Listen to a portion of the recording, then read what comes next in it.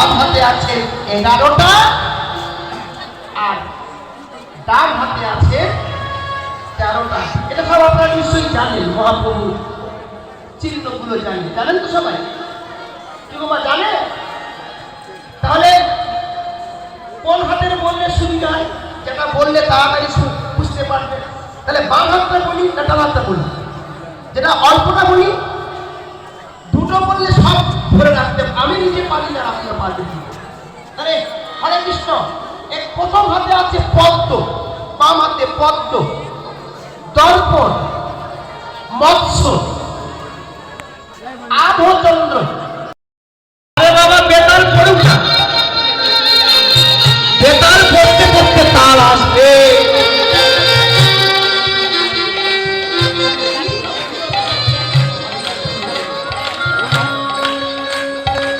তালটা কোন দিকে ভালো হচ্ছে?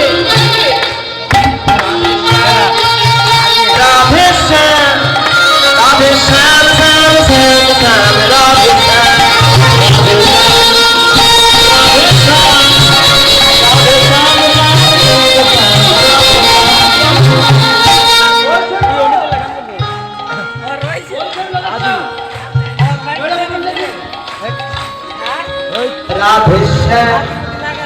राधे श्याम राधे श्याम राधे श्याम श्याम श्याम श्याम राधे श्याम राधे श्याम राधे श्याम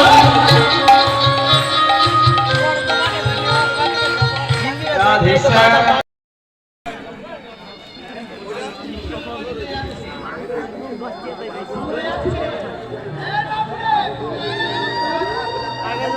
স্পেশাল গেট করতো, আমাদের গেটটা হলো সবচেয়ে। এখন দেশের পরিস্থিতি ভালো না তো।